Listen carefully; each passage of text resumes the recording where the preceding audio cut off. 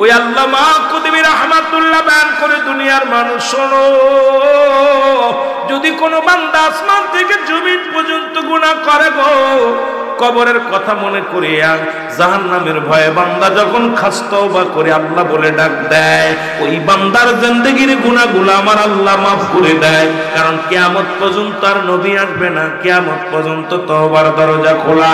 এই জন্য আমরা বেশি বেশি তওবা করব, বেশি বেশি আল্লাহর দরবারে কানব। জোরে বলেন ঠিক কিনা? এ বন্ধু, দুই নাম্বার বিপদ হলো কবর, এক নাম্বার হলো মরণ। মরণের কোনো আপলোড আলোচনা হয় না, মরণের কোনো আপলোড আলোচনা হয় না। মরণ হবে হয় আপনার হাফিন কাশি নাই, জন্ডিস হয়ে নাই, পেট ব্যথা হয়ে নাই, গ্যাস্ট্রিক হয়ে নাই, ভালো মানুষ নাই আমাদের মধ্যে নাই, গমের মধ্যে। মরণ তো মরণই। জোরে জোরে বলেন ঠিক কিনা? মরার বিকল্প কিছু আসেনি, কথা কন আসেনি। পালাবে কোথায়? পালানোর জায়গা নাই। আজরাইলেরও জানটা দেওয়া লাগবে, নিজের রূহটা নিজের হাত দিয়ে দেওয়া লাগবে। কারণ তাকেও ছাড় দেবে না আমার আল্লাহ, সেদিন থাকবে শুধু আমার আল্লাহ। ও দুনিয়ার মানুষ শুনে নাও, আর দুইটা জায়গা প্রস্তুতি করে রাখছে, একটা হলো ঈমানদারদের জন্য, একটা হলো কাফের বেঈমানদের জন্য। আল্লাহ বলেন লিল কাফিরিন, আর কাফের বেঈমান মুনাফিকদের জন্য প্রস্তুতি আছে। 7টা জাহান্নাম কিরা কিরা যাবেন, একটু হাত তুলে তুলে দেখা। জাহান্নামে যাবেন, যাবেন জাহান্নামে। কয়টা? কথা বলেন কয়টা? 7টা জাহান্নাম। প্রস্তুতি রাখছে কাদের জন্য? কাফেরদের জন্য, মুশরিকদের জন্য, মুনাফিকদের জন্য। আর ঈমানদারদের জন্য 8টা জান্নাত প্রস্তুতি করে রাখছে। আমরা যেতে চাই জান্নাতে। জোরে বলেন মারহাবা, আরো জোরে বলেন মারহাবা। এ যুবক, দিলের কান্ডা লাগা শোনো, দ্বিতীয় বিপদ হলো মানুষের কবর। কবর বলতে বোঝায় মানুষের মরণের পর থেকে শুরু করে কিয়ামত পর্যন্ত জগৎটাকে বলা হয় কবরের জগৎ। আমার বাবারা, আমার লক্ষ্য করে শুনবেন, কারণ অনেকের যারা আগুনে পুড়ে মারা গেল তাদের কবর কোথায়? যখন বলবেন হুজুর কবর তো এটা বলা হয়, যারা পানিতে পুড়ে মারা গেল তাদের কবর কোথায়? যাদের হাঙ্গর কুমিরে খাইলো তাদের কবর কোথায়? কবর বলতে বোঝায় মানুষের মৃত্যুর পর থেকে শুরু করে কিয়ামত পর্যন্ত জগৎটাকে বলা হয় কবরের জগৎ। রে বাবা, এই কবরের জগৎ দুনিয়া ধরে ফেলেছে। এই জন্য একটা কথা আমার মনে পড়ে গেল, নবী বলছে বালহুয়া কিলাফ, এই দুনিয়াটা হলো পচা দুর্গন্ধ মরি। মানুষের চরিত্র হলো কুকুরের চরিত্র, কুকুর যেমন মরি পাইলে খুশি হয়, সে জামানার মানুষগুলো দুনিয়ার সম্পদ পাইলে খুশি হবে। এই দুনিয়ার মুসলমান গভীর মনোযোগ, আমরা সুন্দরী পুজুরি হয়ে গেছি। আমরা দুনিয়ারে এমন ভাবে ধরেছি রে, দুনিয়াকে ছাড়তে চাই না। এই দুনিয়া কিন্তু এমন নিষ্ঠুর পৃথিবী, পচা গলা কিচ্ছু বাদ রাখবে না, সবই গ্রহণ করবে। তবে দুনিয়ার মায়ায় পড়িয়া যতই তুমি মুসলমান মায়ায় পড়ে থাকো, তোমারে খাতির করবে না, তোমাকেও গিরাস করবে। সুতরাং এই দুনিয়ার মায়া ছেড়ে দাও, আল্লাহর গোলাম হয়ে যাও। জোরে বলেন ঠিক কিনা? আর জোরে জোরে চিল্লায় বলা যাবে না ঠিক কিনা? এ মুসলমান, 2 নাম্বার হলো কবর। এই কবরে যেদিন আপনাকে আমাকে শোয়াইবে রে মুসলমান, একজন ফেরেশতা আসবে, তার নাম হলো নুমান ফেরেশতা। আমরা জানি কবরের ভিতরে আসে কোন ফেরেশতা?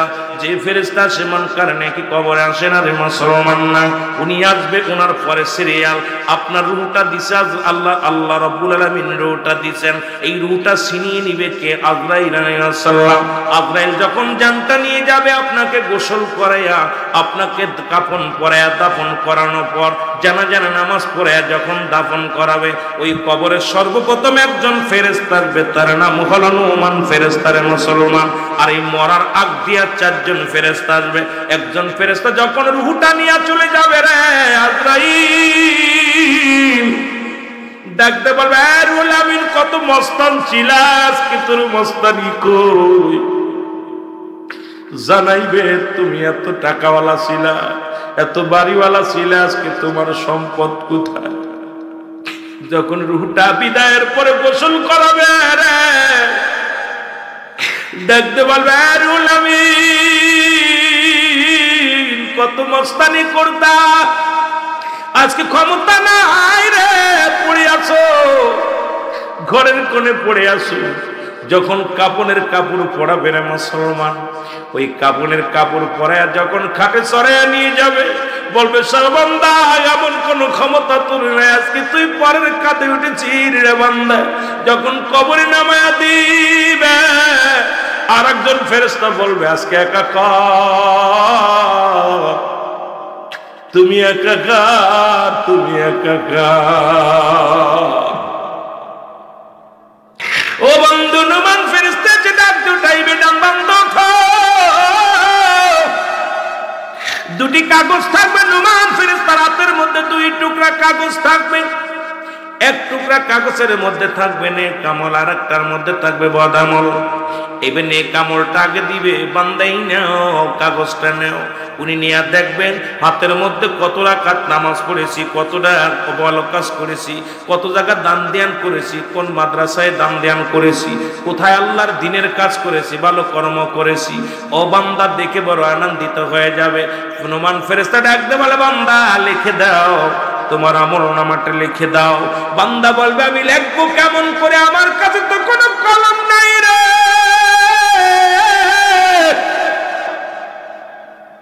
ফেরেশতা বলে বান্দা কলম তোমার ডান হাতের শাহাদাত আঙ্গুল মুবারক, জোরে বল আল্লাহু আকবার। আর একটু জোরে বলেন। এই ডান হাতের আঙ্গুল মুবারক হবে শাহাদাত আঙ্গুল মুবারক, এটা হবে আপনার কলম।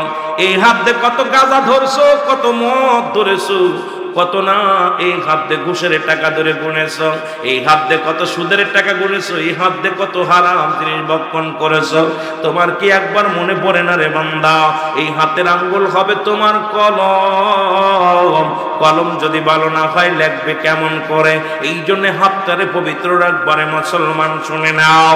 এই কলম পায়া বান্দা ডাকতে বলবে আমি কলম পাইলাম, এখন কালি পাবো কই, আমার কলমে তো কালি নাই। ডাকতে বলবে বান্দা তোমার মুখের থুতো মুবারক হলো কালি। ও বাবারা শুনে নাও, কুমিল্লার বাবারা শুনে নাও, এর মুখের থুতো মুবারক হবে কালি। তোদের পায়ে ধরে বলে যাই কানের মধ্যে ঘুষের টাকা দিস না, সুদের টাকা খাস না, এর মধ্যে হারাম ঢুকাস না, বিড়ি খাস না, গাঁজা খাস না, মদ খাস না। তোদের পায়ে ধরে যায়, তোদের হাতে ধরে যায়, বলি যুবক রে এই মুখটা তোরে পবিত্র রাখছে আমার আল্লাহ। মায়ের গর্ভে যখন ছিলি, মায়ের নাভির সনে তোর নাভিটা জুড়াইয়া দিছে, কারণ এই মুখটা আল্লাহর জিকির করবি, এই মুখে কোরআন পড়বি, এই মুখে নবীর দুরূদ পড়বি, এই মুখে প্রশংসা করবি আমার আল্লাহ। এই জন্য এই মুখটার মধ্যে আল্লাহ কুরক্ত দেন নাই, হারাম জিনিস খাওয়ান নাই। ওরে 10 মাস 10 দিন তুই মায়ের গর্ভে ছিলি, একদিনও তোর ওই কুরক্ত পান করাই নাই। আর দুনিয়ায় আইয়া মুখের মধ্যে কেমনে বিড়ি টান মারিস, কেমনে গাঁজায় টান মারিস, কেমনে তুই মদের বোতল দইরা গালের মধ্যে গিলিস রে যুবক, একবার কি তোর মনে পড়ে না রে যুবক? তোর মায়ের পেটে যখন ছিলি রে, তোরে আমার মাওলা কেমনে খাওয়াইছে, একবার যদি তুই চিন্তা করিস রে। জীবনে মুখের মধ্যে কোনোদিন আর গাঁজা দিবি না, মদ দিবি না, এই তারি দিবি না, ইয়াবা দিবি না, এই মুখটা কাউকে গালি দিবি না, মুখটা পবিত্র রাখবি। মুখের থুতো মুবারক হবে কালি।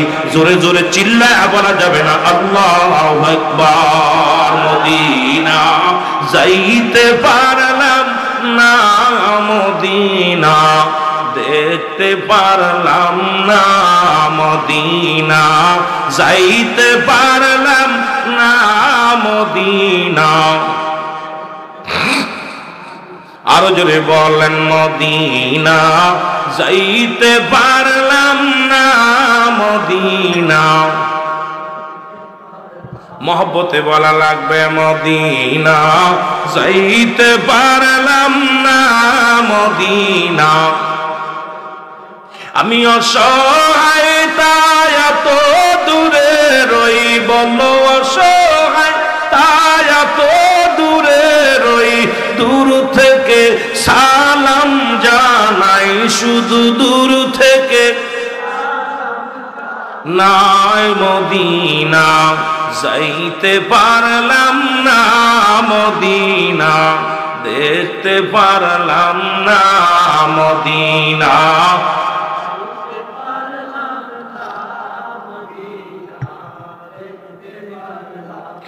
মদিনার নাম কত মধু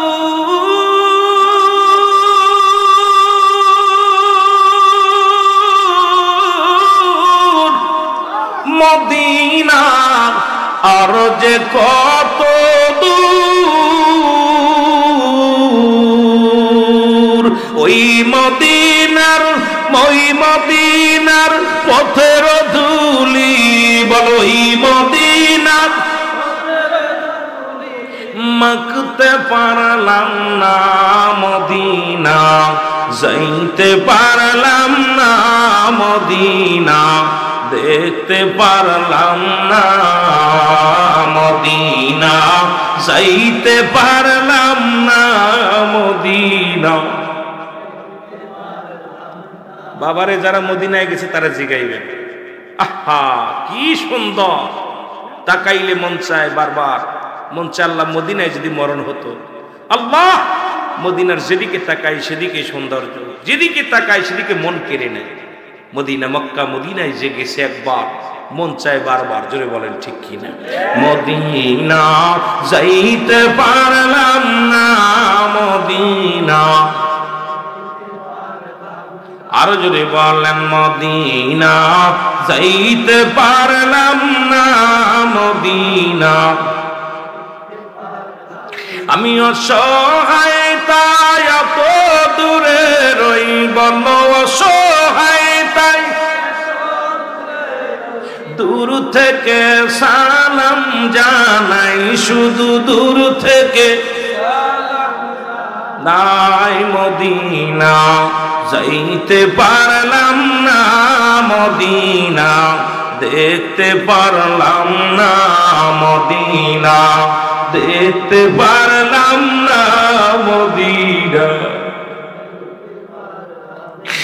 মদিনার নাম কত মধু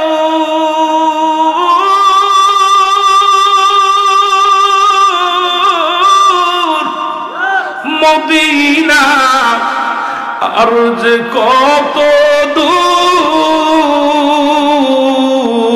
দূর ওই মদিনার পথের ধুলি বলো ওই মদিনার মাখতে পারলাম না মদিনা যাইতে পারলাম না মদিনা দেখতে পারলাম না মদিনা না মদিনা এ দুনিয়ার যুবক বন্ধুরা শোনো মুখের থুতু মুবারক হবে কালি আজ থেকে মুখের ভিতরে গাঁজা দিব না মদ দিব না তারি দিব না মুখ দিয়ে গালি দিব না মুখ দিয়ে কাউরে কষ্ট দিব না কে রাজি আছো হাত দুখানে মওলারে দেখাও জোরে বলো আল্লাহু আকবার এ মাবুদ আমরা মুখখানে পবিত্র রাখতে চাই আল্লাহ এই মুখটারে তুমি পবিত্র রাইখা দিও গো এই মুখের থুতু মুবারক দিয়ে আমল নামা লেখার শক্তি দিও জোরে বলা যাবে না আমিন ও যুবক বান্দা বলবে আমি কালি পাইলাম এখন কাগজ পাবো কই তিন টুকরা কাফনের কাপড় দেয়া হয় কবরে প্রথম কাফনের কাপড়টা টানলে খুলে নিবে বলেই নাও বান্দা নাও তোমার আমল নামাটা লেখো বান্দা সেকেন্ডের মধ্যে লেখা হয়ে যাবে মিনিটের মধ্যে লেখা হয়ে যাবে এবার হাত থেকে ছিনিয়ে নিবে নিয়ে বল বান্দা আর একটা কাফনের কাপড় দিবে দ্বিতীয় টুকরা দিয়ে বল বান্দাই নাও তুমি লেখো এবার 80 বছর 50 বছরের জিন্দেগি কোথায় তুমি কোন মহিলা নিয়ে গল্প করেছিলা কোথায় তুমি মদের প্যান্ডেলে বসেছিলা কোথায় তুমি নামাজ ফাঁকি দিয়া বন্ধু বান্ধব নিয়ে আড্ডা মেরেছিলা কোথায় তুমি মুসলমান তুমি কোরআনের অবমাননা করেছিলা আজকে দেখলাম ওরে ভারতের মধ্যে এক নাস্তিক কোরআন পাতা ছিঁড়ে ছিঁড়ে মুসলমান টান্দে টান্দে সেরার কয় মুসলমানদের বেইজ্জতি করে আরে মুসলমান এখন দুনিয়ার মধ্যে এরকম ফিরাউন নমরুদ কারুন আল্লাহ ক্ষমতা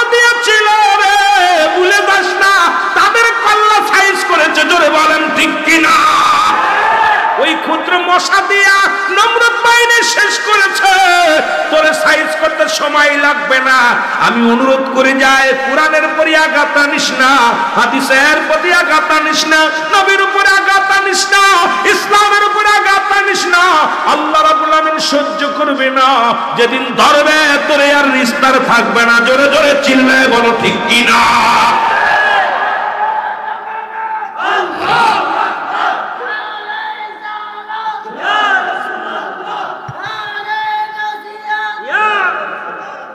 এ যুবক, আমি তেলের কন্ডা লাগায় শোনো, বান্দা কোথায় অন্যায় করেছিল বলবে আমি অন্যায় করি নাই, আমি তো নামাজ ছাড়ি নাই, কোনোদিন কোনো বেগানা নারী নিয়ে ঘুরি নাই, আমি কোনোদিন অপরাধ করি নাই।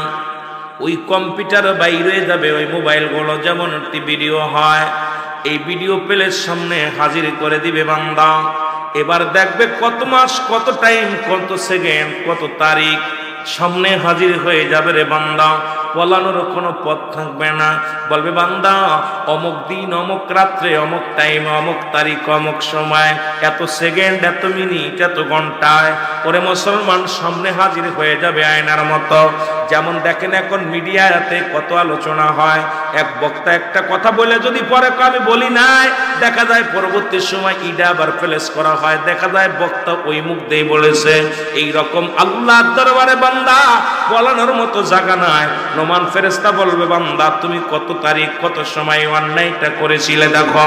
তখন বান্দার সামনে যখন হাজির হয়ে যাবে, বান্দা চিৎকার মেরে বলবে ফেরেশতারা রে আমি লিখতে পারবো না, আবার রাতে আমি অন্যায় কাজ লিখতে পারবো না, আমারে তুমি ক্ষমা করে দাও। ডান দিক থেকে মাটিগুলো চাপ দিবে, ডান দিক থেকে চাপ দেওয়ার পর ডান দিকের হাড্ডিগুলো ভেঙে বাম দিকে চলে যাবে, বাম দিক থেকে চাপ দিবে, বাম দিকের হাড্ডিগুলো ডান দিকে চলে যাবে।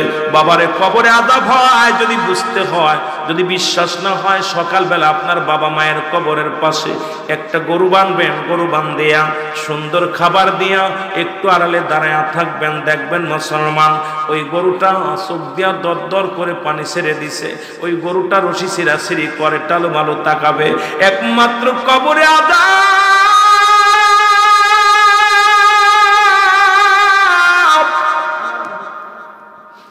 আল্লাহ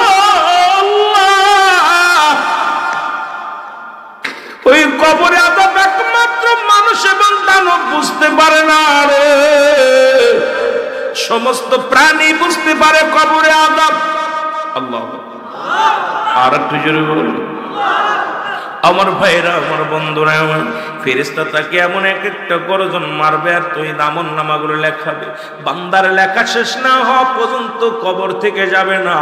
যখন লেখা হয়ে যাবে আপনার আমল নামাটা, অনেক বড় আলোচনা, এটা নিয়ে পড়ে থাকলে ঘন্টা দুই আলোচনা করা লাগবে, আপনাদের লস হবে রে বাবা।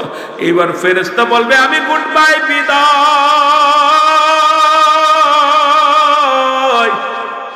ও বান্দা, আল্লাহর বান্দা, তুমি 40 বছরের জিন্দেগি পাইয়া, 50 বছরের জিন্দেগি পাইয়া এত অন্যায় করেছো, একটু পরে তোমার কবরে এমনকার নেকির ফেরেশতা আইব, তোমার আমলনামা দেখিয়া তোমার বিচার হবে রে মুসলমান। শোনো, নুমান ফেরেশতা বিদায়ের পরে চলে আসবে, কবরে আসবে মুসলমান, মনকার নেকির আসবে। কেউ বলে 3টা প্রশ্ন হবে কবরে, কেউ বলে 1টা প্রশ্ন হবে কবরে। বান্দার আমল। আসসালামু আলাইকুম। দারুন নাজাত আইডিয়াল স্কুল অ্যান্ড মাদ্রাসায় আপনাকে সুস্বাগতম। এখানে রয়েছে আবাসিক, অনাবাসিক, ফুল টাইম সহ নুরানি নাজেরা সমন্বিত আন্তর্জাতিক হিপস বিভাগ, জেনারেল প্লে থেকে 8 পর্যন্ত, কিতাব বিভাগ নবম থেকে আলিম পর্যন্ত। প্রত্যেকটি বিভাগের জন্য রয়েছে দক্ষ ও অভিজ্ঞ শিক্ষক মণ্ডলী দ্বারা নির্ভরযোগ্য পাঠদানের ব্যবস্থা। যোগাযোগের ঠিকানা 19 মহানগর, কুমিল্লা।